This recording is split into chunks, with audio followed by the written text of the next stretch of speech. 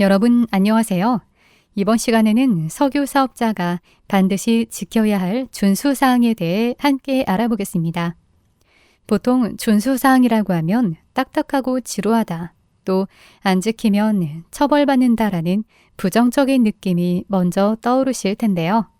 제가 오늘 말씀드리고 싶은 건 단순한 규제가 아닙니다. 이 규정들을 잘 지키면 내 사업이 더 안전해지고 소비자에게 신뢰를 얻을 수 있는 것이죠. 그래서 법 조항을 하나하나 나열하기보다는 현장에서 꼭 기억해야 할 핵심 포인트와 실제 사례를 중심으로 풀어보겠습니다. 즉, 오늘은 지루한 법 교육이 아니라 여러분 사업을 지켜주는 꿀팁 강의가 될 거예요. 그럼 지금부터 시작해볼까요? 첫 번째는 품질 유지 의무입니다.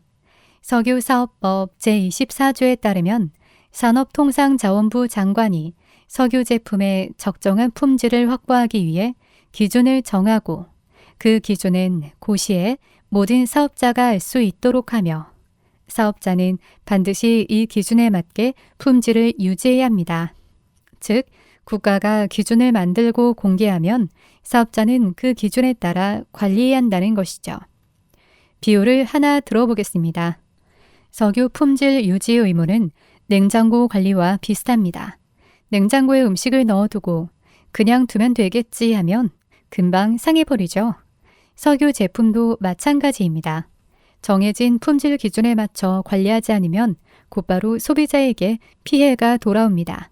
결국 이 의무는 단순히 규제가 아니라 소비자 신뢰와 내 사업의 안전을 지켜주는 최소한의 장치라고 이해하시면 됩니다. 자, 이제 품질 검사에 대해 알아보겠습니다. 정의는 아주 간단합니다. 석유 제품이 품질 기준에 맞는지 맞지 않는가를 판정하는 검사입니다. 그럼 여기서 중요한 건 검사 종류인데요. 품질 검사에는 크게 두 가지가 있습니다. 바로 의무 검사와 수시 검사입니다. 먼저 의무 검사부터 볼까요? 이건 이름 그대로 반드시 해야 하는 검사입니다.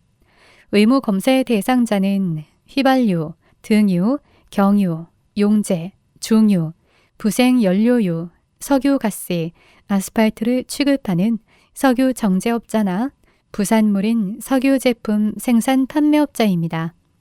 생산 공장은 월 1회 이상 공장 밖 저장시설이나 송유관 저장시설은 분기 1회 이상 검사를 해야 하고 윤활유를 파는 정제업자나 석유 수출입업자도 판매나 인도하기 전에 반드시 의무 검사를 받아야 합니다. 쉽게 말하면 마치 해외에서 들어오는 물품이 세관 검역을 통과해야 시장에 판매가 가능한 것처럼 석유 제품도 출고 전 반드시 검사를 거쳐야만 유통될 수 있습니다. 반면 수시 검사는 필요할 때 언제든 이루어지는 검사인데요. 석유사업법 제25조 제2항에 따라 석유 정제업자, 석유 수출입업자, 그리고 주유소 같은 석유 판매업자가 대상입니다. 그럼 여러분들이 잘 이해하셨는지 퀴즈 하나 드려볼게요. 석유 수출입업자는 판매 전에만 검사를 받으면 될까요? 아니면 수시검사 대상에도 포함될까요? 네, 정답은 둘 다입니다. 출고 전에는 의무 검사를 받고 또 필요할 땐 수시검사도 받을 수 있습니다. 앞에서 품질 검사의 정의와 종류를 살펴봤다면 이번에는 검사 방법에 대해 구체적으로 알아보겠습니다. 첫 번째, 시루 채취인데요. 시루를 채취할 때는 시험용과 보관용 이렇게 두 건을 채취합니다. 예를 들어 주유소의 경우 품질 검사 시 시루 용기당 2리터 이하를 채취합니다. 다음은 시루의 보관인데요. 보관용 시루는 봉인이 된 상태로 한국석유관리원이 보관하며 주후 2일 시험 용도로 활용됩니다. 그리고 시험과 판정과 관련해서 정해진 방법에 따라 시험 후 유종별 품질 기준에 맞춰 품질 적합 또는 부적합을 판정하게 되며 만약 분석 결과에 이의가 있는 경우 이 시험을 신청할 수 있습니다. 다만 결과 통보 후 15일 이내 1회 안에 관할 행정기관으로 신청할 수 있고, 이때 석유관리원에서 보관 중인 봉인된 보관용 시료로 재시험을 하게 됩니다. 자, 그럼 이제 가짜 석유 제품을 살펴보겠습니다. 가짜 석유 제품이란 휘발유나 경유를 연료로 사용하는 자동차나 기계에 쓰이도록 석유 제품에 다른 석유 제품이나 석유 화학 제품을 섞어 만든 것을 말합니다. 여기서 퀴즈 하나 드릴까요? 경유에 등유를 섞은 경우는 가짜 석유일까요? 아닐까요? 정답은 네, 가짜 석유입니다. 그렇다면 어떤 경우에 가짜 석유 제품이라고 하는지 사례를 보겠습니다. 첫째, 석유 제품에 다른 석유 제품을 섞는 경우입니다. 예를 들어 경유에 등유를 섞는 경우가 해당하죠. 둘째, 석유 제품에 석유 화학 제품을 섞는 경우입니다. 대표적으로 휘발유에 알코올을 넣는 경우가 있습니다. 셋째, 서로 다른 석유 화학 제품을 섞는 경우입니다. 톨루엔과 알코올을 섞어서 연료를 사용하는 경우가 여기에 해당합니다. 마지막 넷째, 석유 제품이나 석유 화학 제품의 기준에도 없는 탄화수소 물질을 임의로 섞는 경우입니다. 여러분, 가짜 석유 제품은 단순히 비용을 아끼는 차원의 문제가 아닙니다. 안전과 환경, 그리고 법적 책임을 무너뜨리는 중대한 위법 행위입니다. 금전적 이익 때문에 가짜 석유 제품을 제조하거나 판매한다면 결국에는 사업, 신뢰, 그리고 법적 지위까지 한순간에 이를 수 있다는 점 꼭 기억해 두시기를 바랍니다. 또 하나 중요한 건 바로 계절별 기준입니다. 자동차용 휘발유는 여름철에는 증기압을 낮춰야 폭발과 증발 위험을 줄일 수 있고, 자동차용 경유는 겨울철에는 유동점을 낮춰야 얼지 않고 잘 흐를 수 있는데요. 먼저 자동차용 휘발유부터 살펴보겠습니다. 증기압이란 무엇일까요? 증기압은 밀폐된 공간에서 연료가 증발하면서 생기는 기체 압력을 말합니다. 이 수치는 차량 성능에도 영향을 주고 동시에 대기 환경에도 큰 영향을 미칩니다. 그래서 특히 5월과 7월 기준이 강화되는 시기에는 석유 제품의 입출고 관리에 각별히 신경을 써야 합니다. 휘발유 증기압의 일반 품질 기준은 44kPa에서 82kPa 사이입니다. 그런데 계절에 따라 품질 기준이 바뀌게 되는데요.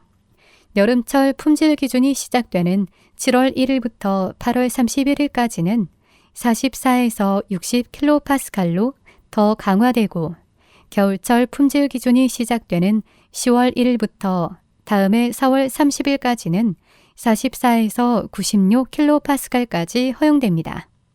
따라서 증기압은 계절에 따라 관리 기준이 달라지기 때문에 사업자 입장에서는 출고와 유통 과정에서 주의가 필요합니다.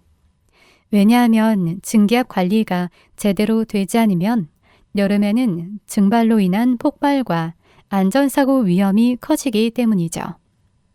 다음은 자동차용 경유의 유동점에 대해 살펴보겠습니다. 유동점이란 연료가 저온 상태에서도 굳지 않고 흘러갈 수 있는 최저 온도를 말합니다. 쉽게 말해 겨울철에 연료가 얼어붙지 않고 차가 잘 움직이게 해주는 연료의 기준이라고 보시면 됩니다. 증기압이 여름철에 강화됐다면 유동점은 반대로 11월과 12월, 초겨울 시기에 기준이 강화됩니다. 자동차용 경유의 유동점의 일반 기준은 0도 이하입니다. 하지만 계절에 따라 기준이 달라지는데요. 11월 1일부터 다음해 3월 31일까지는 겨울용 기준인 영하 18도 이하를 유지해야 합니다. 그리고 그 중에서도 12월 1일부터 다음해 2월 28일까지는 한 단계 더 강화된 혹한기 기준인 영하 23도 이하로 맞춰야 합니다. 왜 이렇게 유동점 관리가 중요할까요? 만약 유동점 품질 기준을 준수하지 않는다면 한겨울에 연료가 얼어서 시동이 걸리지 않거나 주행 중에 차량이 멈춰버리는 경우가 생길 수 있기 때문이죠. 그리고 자동차용 휘발유의 증기압과 자동차용 경유의 유동점은 유통 단계의 기준 변경에 대비할 수 있도록 생산 단계와 수입 단계에서 한 달 먼저 적용하는데요. 휘발유 증기압의 여름용 기준은 6월 1일부터, 경유 유동점의 겨울용 기준은 10월 1일부터 적용되는 점 참고하시기 바랍니다. 자, 이번에는 석유 사업 관련해서 행정 처분 기준을 알아보겠습니다. 먼저 가짜 석유 제품 행정 처분 기준입니다. 가짜 석유를 제조하거나 판매하는 건 아주 심각한 위반이죠.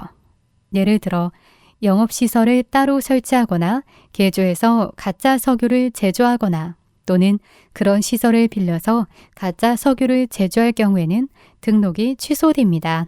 또 자동차용 휘발유에 다른 등급의 휘발유를 섞는다든지 자동차용 경유에 다른 연료를 섞어서 판매하는 경우도 있는데요. 이럴 때는 처음에는 경고로 끝날 수 있지만 두 번째부터는 3개월 영업정지, 세 번째는 6개월 영업정지로 점점 처분이 무거워집니다. 그 밖에 다른 형태의 가짜 석유 제품을 제조, 판매하다가 적발되면 1회 위반에도 3개월 영업사업 정지, 재차 적발되면 6개월 등록 취소까지 이어질 수 있습니다. 다음은 품질 부적합의 경우인데요. 만약 고의나 중대한 과실로 품질에 문제가 생겼다면 1회 위반 시 사업정지 3개월, 2회 위반 시 6개월, 3회는 등록 취소의 처분을 받게 됩니다. 반면 경미한 과실의 경우 1회 위반 시 경고 처분, 2회는 3개월, 3회 위반 시에는 사업정지 6개월로 처분이 강화됩니다. 정리해보면 가짜 석유 제품이나 품질 부적합 제품은 운전자의 안전과 직결되기 때문에 항상 주의 깊게 관리하시기 바랍니다. 다음은 유통검사입니다. 유통검사는 석유 제품이 생산되고 공급되고 운송, 저장되어 소비되기까지 전 과정에서 유통 질서가 제대로 지켜지고 있는지를 확인하고 점검하는 검사인데요. 구체적으로 정량 미달과 같은 유통질서 위반 행위를 점검하고 가짜 석유 원료인 용제를 차단하며 공급 경로를 역추적합니다. 또한 석유 정제업이나 석유 수출입업의 등록, 신고 처리, 무자료 거래 행위의 단속, 그리고 화물차 유가 보조금의 부정수급을 막기 위한 단속 지원까지 포함됩니다. 그렇다면 이제 유통질서를 해치는 주요 행위들을 하나씩 살펴보겠습니다. 첫 번째, 사용 공차 0.75%를 벗어나 정량이 미달되게 판매하는 행위의 금지입니다.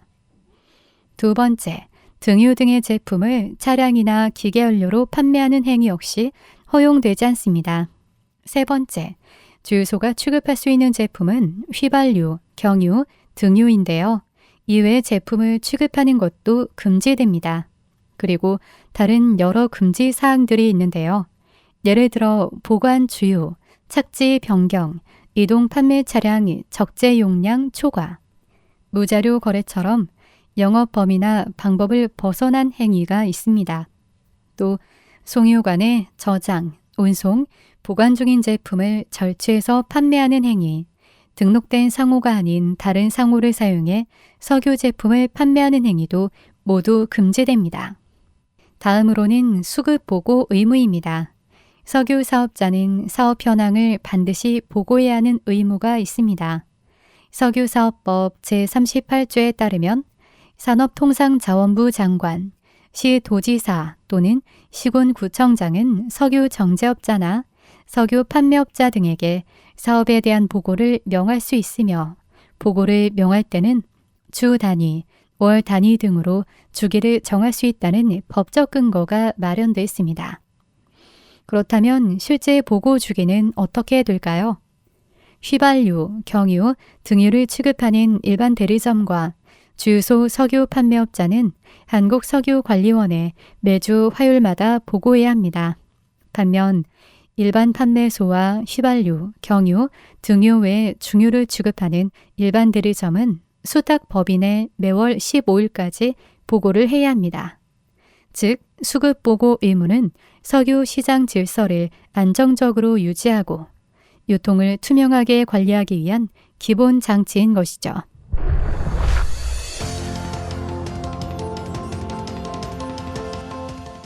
그럼 지금부터 주유소 사업자가 준수해야 하는 가격 표시판과 관련된 사항을 알려드리겠습니다.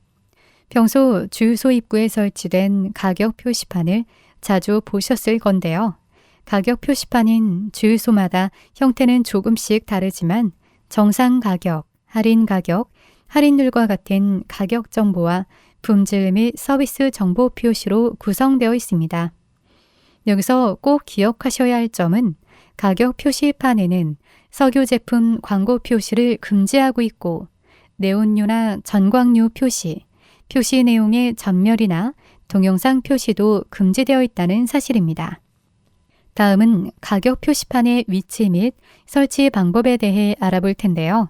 가격 표시판은 반드시 주유소 내 표준 설치 구역에 설치해야 하며 차량이 진행하는 방향에서 전면이 잘 보이도록 설치해야 합니다.